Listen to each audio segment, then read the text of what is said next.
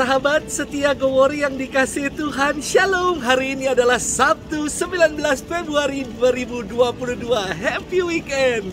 Hari ini kita akan bersama-sama merenungkan firman Tuhan yang diambil dari Injil Markus 9 ayat 2 sampai dengan 13. Mari kita siapkan hati kita. Haleluya, haleluya, haleluya. Langit terbuka dan terdengarlah suara Bapa. Inilah anakku terkasih, dengarkanlah dia. Haleluya, haleluya, haleluya. Tuhan bersamamu dan bersama rohmu. Inilah Injil suci menurut Markus. Dimuliakanlah Tuhan.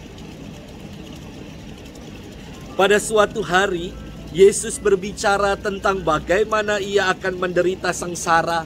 Sesudah itu, ia membawa Petrus, Yakobus, dan Yohanes dan bersama mereka naik ke sebuah gunung yang tinggi. Di situ mereka sendirian saja. Lalu Yesus berubah rupa di depan mata mereka dan pakaiannya menjadi sangat putih berkilat-kilat. Tak ada seorang pun di dunia ini yang sanggup menggelantangkan pakaian seperti itu.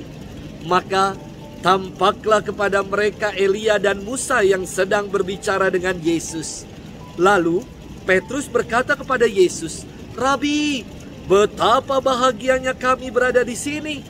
Baiklah kami dirikan 3 kemah, satu untuk engkau, satu untuk Musa, dan satu untuk Elia." Petrus berkata demikian sebab tidak tahu apa yang harus dikatakannya karena mereka sangat ketakutan. Maka datanglah awan menaungi mereka, dan dari dalam awan itu terdengar suara, "Inilah anakku terkasih, dengarkanlah dia." Dan sekonyong-konyong, waktu memandang sekeliling mereka tidak lagi melihat seorang pun kecuali Yesus seorang diri. Pada waktu mereka turun dari gunung, Yesus berpesan supaya mereka jangan menceritakan kepada siapapun apa yang telah mereka lihat itu sebelum Anak Manusia bangkit dari antara orang mati. Mereka memegang pesan tadi sambil mempersoalkan di antara mereka apa yang dimaksud dengan bangkit dari antara orang mati. Lalu mereka bertanya kepada Yesus, "Mengapa ahli-ahli Taurat berkata bahwa Elia harus datang dahulu?" Yesus menjawab, "Memang Elia akan datang dahulu dan memulihkan segala sesuatu. Tetapi bagaimanakah halnya dengan Anak Manusia? Bagaimana tertulis bahwa ia akan banyak menderita dan akan dihinakan? Tetapi aku berkata kepadamu, memang Elia sudah datang dan orang memperlakukan dia menurut kehendak mereka sesuai dengan yang tertulis tentang dia." Demikianlah sabda Tuhan. Terpujilah Kristus. Sahabat setia Gowori yang dikasihi Tuhan, Shalom, salam sehat untuk kita semua. Kisah tentang robot yang dapat berbicara dan berubah menjadi mobil-mobil yang canggih banyak membuat penonton terkesima. Film berjudul Transformers besutan Paramount Picture berhasil meraup keuntungan hingga 700 juta dolar Amerika.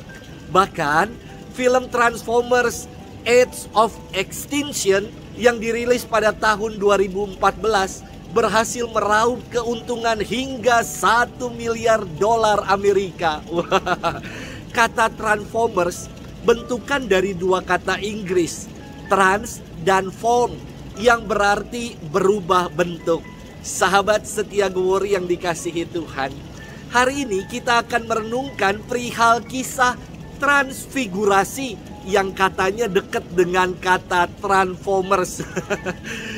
Kata transfigurasi ini bentukan dari 2 kata Inggris, yakni trans dan figure, yang berarti gambar atau rupa yang berubah. Dikisahkan Yesus yang mengajak Petrus, Yakobus, dan Yohanes untuk naik ke sebuah gunung yang tinggi. Dari sudut bahasa yang digunakan jelas sekali bahwa penginjil menggunakan majas pleonasme, yakni majas untuk mempertegas sesuatu, Yang namanya naik pasti ke tempat yang tinggi, naik pasti ke atas, nggak ada naik yang ke bawah. Itu turun. Dari peristiwa transfigurasi Yesus yang menampakkan kemuliaannya, ingin mempertegas identitas Yesus sebagai Mesias. Mengapa Yesus menegaskan hal itu kepada para muridnya? Karena Yesus ingin meneguhkan hati para muridnya supaya iman mereka tidak goyah ketika menyaksikan sengsara dan wafatnya kelak di kayu salib. Peristiwa transfigurasi di Gunung Tabor kelak akan berganti menjadi kisah Bukit Kalvari. Namun janganlah goyah karena rencana keselamatan Allah tergenapi melalui puncak Kalvari. Sahabat setia Gowori yang dikasihi Tuhan, acap kali dalam hidup ini kita menjadi goyah ketika mengalami pengalaman Kalvari. Kita lupa untuk bersyukur atas jutaan pengalaman Gunung Tabor yang pernah kita alami. Pandemi ini mungkin merupakan pengalaman Kalvari untuk kita.